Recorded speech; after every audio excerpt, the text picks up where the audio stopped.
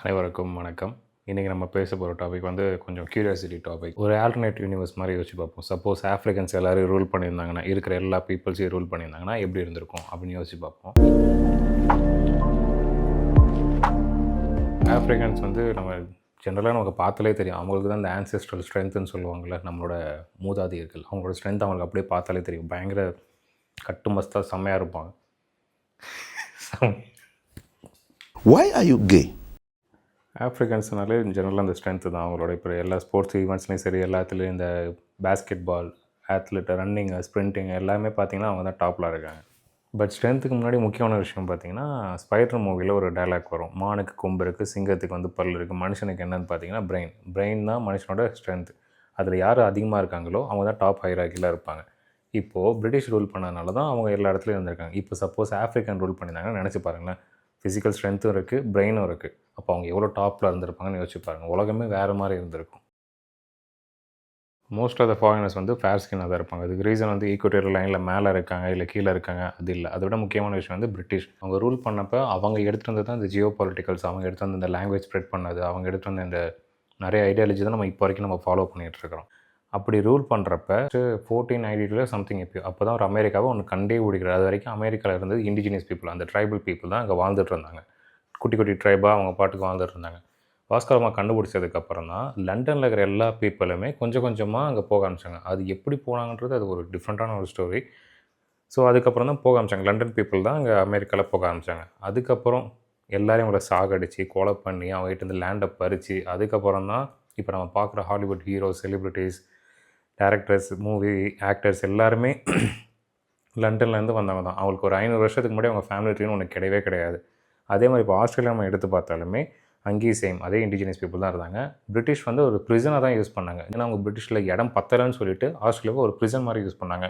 அந்த prison duration அந்த sentence முடிஞ்சதுக்கப்புறம் அவங்கயே ரிலீஸ் பண்ணி விட்ருவாங்க ஆஸ்திரேலியாவில். அப்படி இல்லைனா அவங்க நல்லது செஞ்சு ஏதாச்சும் ஹெல்ப் பண்ணி அந்த மாதிரி அவங்கள விட்டுருவாங்க. அங்கே ரிலீஸ் பண்ணுறவங்க அவங்களுக்கு ஒரு லேண்டும் கொடுப்பாங்க. அப்படி இல்லைனா அவங்களே அந்த லேண்டை வாங்கிட்டு அங்கே இருக்கிற பீப்புளை கல்யாணம் பண்ணி அப்படி பிரிட்டிஷை வந்து அமெரிக்கா பிடிச்சாங்களோ அதே மாதிரி ஆஸ்திரேலியா இது பண்ணியிருக்காங்க. இப்போ அவங்க 2 பேரும் சண்டை போட்டப்போ தான் எல்லாருமே சிரிச்சாங்க, இமிகிரண்ட்ஸ் எல்லோரும் வெளியே போகணும்னு சொன்னப்போ. ஏன்னா இவங்களுக்கே ஒரு 500 வருஷத்துக்கு முன்னாடி ஒரு ஸ்டோரியே கிடையாது அந்த ஊரில். ஆஃப்ரிக்கன்ஸ்னாலும் இந்த ரேசிசம்க்கு கலர் தான் வச்சு பேசுவோம். கலருக்கு முன்னாடி ஒரு விஷயத்துக்கு நான் ஒன்று வரேன். அதுதான் நான் ஸ்ட்ரென்த். பிரிட்டிஷ் ஆஃப்ரிக்கன்ஸ் யூஸ் பண்ணது மோஸ்ட்லி அவங்க ஸ்ட்ரென்த்துக்காக தான். ஒர்க் லோட் அதிகமாக கொடுத்து அதை அடிமைப்படுத்தி அவங்க ஸ்லேவ்ஸாக தான் யூஸ் பண்ணாங்க. 30 Years of Slave, இந்த ஜாங்கோ அன்சைன் இந்த மாதிரி மூவிஸ்லாம் நீங்கள் பார்த்தீங்கன்னா தெரியும். அது எவ்வளோ கஷ்டப்படுத்திருக்காங்கன்னு உங்களுக்கு நல்லாவே தெரியும். இப்போ வந்து சப்போஸ் ஆஃப்ரிக்கன்ஸ் ரூல் பண்ணியிருந்தாங்கன்னா எப்படி இருந்திருக்குன்னு யோசிச்சு பார்ப்போம். அவங்க வந்து ஆல்மோஸ்ட் என்டையர் வேர்ல்டு, நான் இந்தியன்ஸை மட்டும் சொல்லலை, அமெரிக்கன்ஸ், பிரிட்டிஷ் எல்லாருமே சொல்கிறேன், அவங்க எல்லாருமே ரூல் பண்ணியிருந்தாங்கன்னா காமெடியாக இருந்திருக்கும் அவங்களுக்கு. எப்படி ஒரு எக்ஸாம்பிள் சொன்னால் வச்சுக்கோங்களேன், இப்போ நான் இருக்கேன், நானும் அர்னால்டோ இருக்கான்னு வச்சுப்போம். 60 kg தான் என்னால் தூக்க முடியும். நான் வந்து 100 kg தூக்குன்னு சொல்லி அவர் அடிக்கிறேன். என் கெப்பாசிட்டியும் ஓவர் தாண்டினது விஷயம் அது. தூக்குன்னு அடிக்கிறேன், அவர் வந்து தூக்கிடுறாரு. எனக்கு தெரியும் அந்த கஷ்டம். நான் அது தூக்குனதுக்கு நான் ஒரு சும்மா ஒரு அமௌண்ட்டை கொடுத்து விட்றேன், கம்மியான அமௌண்ட்டை கொடுத்து போ அப்படின்னு விட்டுறேன். இப்போது சப்போஸ் அர்னால்டு வந்து என்ன ரூல் பண்ணிடுறேன்னா, அவரோட ஆவரேஜ் 80 kg இருந்திருக்கும். நான் வந்து 60 kg இங்கே செத்துருவேன். இப்போ நான் வந்து தூக்குனேன்னா என்ன அவர் கேவலமாக பார்ப்பார். சை கருமம், ஒரு இது கூட உன்னால் தூக்க முடியலையா அப்படின்னு. சப்போஸ் இப்போ ஆஃப்ரிக்கன்ஸ் ரூல் பண்ணியிருந்தாங்கன்னா ஆல்மோஸ்ட் என்டையர் வேர்ல்டு அவங்க ஒரு ஸ்லேவ்ஸாக கூட பார்த்துருக்க மாட்டாங்க. அதுக்கு கூட லாய்க்கலடா நீங்கள் அப்படின்னு நம்மளை கேவலமாக பார்த்துருப்பாங்க. கல்ச்சரில் பெருசாக டிஸ்டர்ப் பண்ணியிருக்க மாட்டாங்க. நம்ம மியூசிக்கை நம்ம என்கரேஜ் பண்ணியிருப்பாங்க, அவங்க மியூசிக்கும் வாழ வச்சுருப்பாங்க. அமெரிக்கன்ஸை பார்த்தீங்கன்னா அவங்க தான் இந்த 18 இயர்ஸ் ஆனதுக்கப்புறம் வீட்டை விட்டு வெளியே போகணும் அப்படின்ற ரூல்ஸ் இருந்துச்சு. ஆஃப்ரிக்கன் சப்போஸ் இருந்த ஒற்றுமை தான் பலம் அப்படின்ற மாதிரி நினைப்பாங்க. ஸோ அந்த கல்ச்சர் இருந்திருக்காது, எல்லாருமே ஒன்றா இருந்திருக்கலாம். ஆஃப்ரிக்கன்ஸ் எடுத்திருந்தாங்கன்னா நல்ல ஃபுட் எடுத்துகிட்டு வந்திருப்பாங்க. ஒரு ஸ்ட்ரென்த்தான ஃபுட்ஸை நம்ம ஆல்மோஸ்ட் என்டையர் வேர்ல்டுக்கும் கொடுத்துருப்பாங்க. பிரிட்டிஷ் தான் பிஸ்கெட்டே எடுத்துகிட்டு வந்தது நம்ம ஊரில். பிரிட்டானியா கம்பெனி எதுக்கு வந்துச்சுன்னா, பிரிட்டிஷ் அவங்க இங்கே இருக்கிற பிரிட்டிஷ் பீப்புளுக்காக ஃபுட்டுக்கு சர்வ் பண்ணுறக்கு, அவங்களுக்கு பிஸ்கெட் வேணும், ப்ரெட்டு வேணுன்றக்காக எடுத்துகிட்டு வந்தால் இங்கே இருக்கிற பிரிட்டானியா கம்பெனியை. மகாமுனி மூவியில் ஒரு டயலாக் வரும், பிரிட்டிஷ் ரூல் பண்ணனால, வெள்ளைக்காரர் ரூல் பண்ணனால எல்லாருமே ஃபேர் ஆகணும்னு சொல்லிட்டு ஃபேஸ் க்ரீம் அதெல்லாம் போடுறாங்க. இன்கேஸ் ஒரு குரங்கு நம்மளை ரூல் பண்ணியிருந்துச்சுன்னா எல்லாருமே மூஞ்சில் இன்ஜெக்ஷன் போட்டு முடி வளர்த்துட்டு குரங்கு மாதிரி ஆகணும்னு ட்ரை பண்ணியிருப்பாங்க.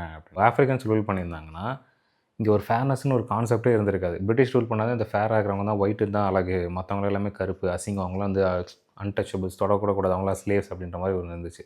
ஃபேஸுக்கு க்ரீம் இந்த ஏகப்பட்ட இருந்துருக்காது. இந்த ஃபேர்னஸ் க்ரீமு, பியூட்டி கேர், அது இது லொட்டு லொஸ்க்கு எதுவுமே இங்கே இருந்திருக்காது. நேச்சுரலாக எது அழகோ அதுதான் அழகுன்னு இருந்திருக்கும். ஒரு ஆடு பார்த்தேன், ஒரு பையன்களுக்கு வந்து இந்த 2 பரு வந்துருக்குன்னு சொல்லிட்டு அதுக்கு ஒரு ஆட் மாதிரி போட்டிருக்காங்க.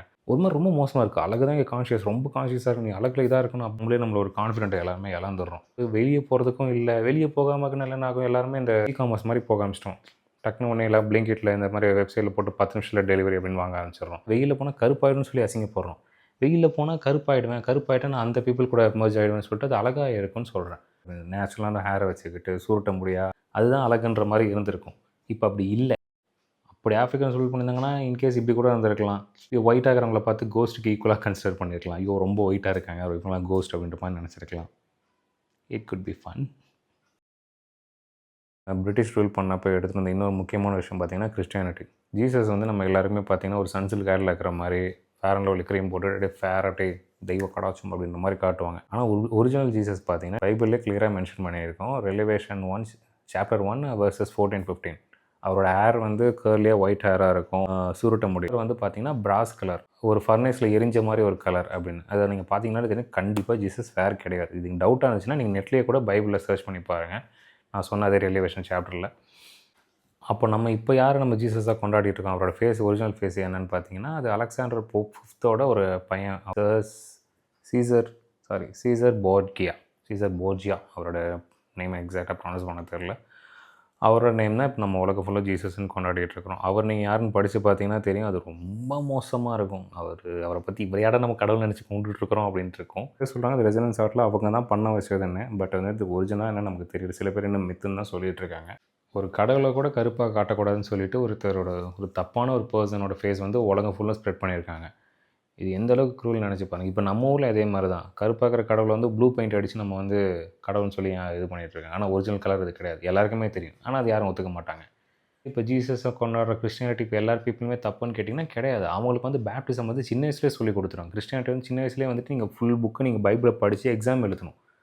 அப்போனா அவனுக்கு ஒரு சின்ன வயசுலேயே ஒரு விஷயத்தை நீங்கள் படிக்க ஆரம்பிக்கிறப்ப எப்படி இருக்கும் மைண்ட் செட்டில், ஓகே அவர் தான் நம்ம கடவுள், அவர் தான் நம்ம சூப்பர் ஹீரோ அப்படின்னு தான் இருக்கும். இப்போ யாராலுமே சில கிறிஸ்டின்ஸ்க்கு தெரியும் ஒரிஜினல் அவருக்கு ஒயிட்டு கிடையாதுன்னு. ஆனால் அவங்களால அது மாற்றிக்கவும் முடியாது. சின்ன வயசுலேருந்து கடவுள்னு சொல்லி ஒரு விஷயத்த இல்லை அது இல்லை அவன் கடவுள், இதுதான் அவன் கடவுள்னு சொன்னால் யாரால் ஏற்றுக்க முடியும்? இப்போ எனக்கே வந்து பார்த்தீங்கன்னா ஸ்பைடர்மேன் சின்ன வயசுலேயே எனக்கு பிடிக்கும். அந்த படத்தில் ஒரு டயலாக் வந்து எனக்கு வந்து அப்போ ஃப்ரெண்ட்ஸ் யாரும் கிடையாது. அப்போ வந்து அந்த படத்தில் வந்து நீ நல்லவனாக இருக்கணும் அப்படின்ற ஒரு விஷயம் மட்டும்தான் இருந்துச்சு. அதை நான் பார்த்தப்ப நான் மாற்றிக்கிட்டேன். இப்போ நான் யாராவது பற்றி டோபியை பற்றி தப்பாக பேசினாலுமே என்னால் அது ஏற்றுக்க முடியாது. என்னவோ இருந்துட்டு போட்டோம், எனக்கு அவர் மாஸ் அப்படின்னு தான் நான் இருப்பேன். இப்போ அதே மாதிரி கிறிஸ்டியானிட்டி படித்து சின்ன வயசுலேருந்து பேப்டிசம் படித்து எக்ஸாம் எழுதி அவங்களாம் அந்த மைண்ட்லேயே இதுக்கப்புறம் கடவுள் உனக்கு வந்து எப்பயுமே காப்பாற்றுவார், எப்பயுமே நல்லதை செய்வான்னு ஒரு சொல்லி கொடுத்தவங்க கிட்ட இது இல்லை உங்கள் கடவுள், இதுதான் உங்கள் கடவுள்னு சொன்னால் யாரால் ஏற்றுக்க முடியும்? ஏற்றுக்க முடியாது. அவங்கள மேலே எதுவும் தப்பும் கிடையாது. இது வந்து ஏதோ ஒரு முப்பாட்டம் அவங்க பண்ணி விட்டது. அவங்களோட தாத்தா முப்பாட்டன் அந்த டைமில் கடவுளை யாரும் எதுவும் யோசிக்க மாட்டாங்க. இந்த டைமில் மாதிரி கூகுளும் கிடையாது, ChatGPT அதெல்லாம் எதுவுமே கிடையாது. அவங்க என்ன சொல்கிறாங்கன்னா ஓகே இவங்க தான் கடவுள் போல நம்பி தான் ஆகணும். அவங்க மேலேயும் தப்பு கிடையாது. ஸோ அவங்க நம்ம சொல்லி கொடுத்த விஷயத்தை நம்ம எல்லாருமே ஃபாலோ பண்ணிகிட்ருக்கிறோம். பட் இப்போயுமே ஒரு ஒரிஜினல் ஜீசஸ் எடுத்தால் கூட எல்லாருமே அது இது என் கடவுள் கிடையாது, அசிங்கமாக இருக்காருன்னு சில பேர். என் ஃப்ரெண்டே ஒருத்தங்க பயங்கர ஜீசஸ் ஃபேன். நான் அவங்ககிட்ட போய் கேட்டப்போ இல்லை இது எங்கள் கடவுள் கிடையாது, இவர் அசிங்கமாக இருக்க மாட்டாருன்னு சொன்னாங்க. ஒரு மாதிரி ஆடி போயிடுச்சு. அட்லீஸ்ட் ஓகே என்னென்னு ரிசர்ச் பண்ணியிருக்கலாம், அது ஏன் அப்படி நினைக்கிறாங்க அப்படின்னு ஒரு ஃபீல். ஓகே இன்கேஸ் ஆஃப்ரிக்கா சொல் பண்ணியிருந்தாங்கன்னா ஒரிஜினல் ஜீசஸே நமக்கு இருந்திருப்பாங்க. அதுதான் நான் சொல்ல வந்தேன். நெக்ஸ்ட்டு அதுக்காக கிறிஸ்டியானிட்டி மட்டும்தான் அப்படின்னு கேட்டிங்கன்னா இல்லை, எல்லா ரிலீஜனையும் நிறைய பிளாக் ஹோல் இந்த ஹோல்ஸ் நிறைய இருக்குது. அதில் நெக்ஸ்ட்டு வந்து நம்ம பார்க்க போகிறது வந்து ஒரு முக்கியமான ரிலீஜன். அதை நான் வந்து நெக்ஸ்ட் வீடியோவில் சொல்கிறேன். அது வரைக்கும் நன்றி.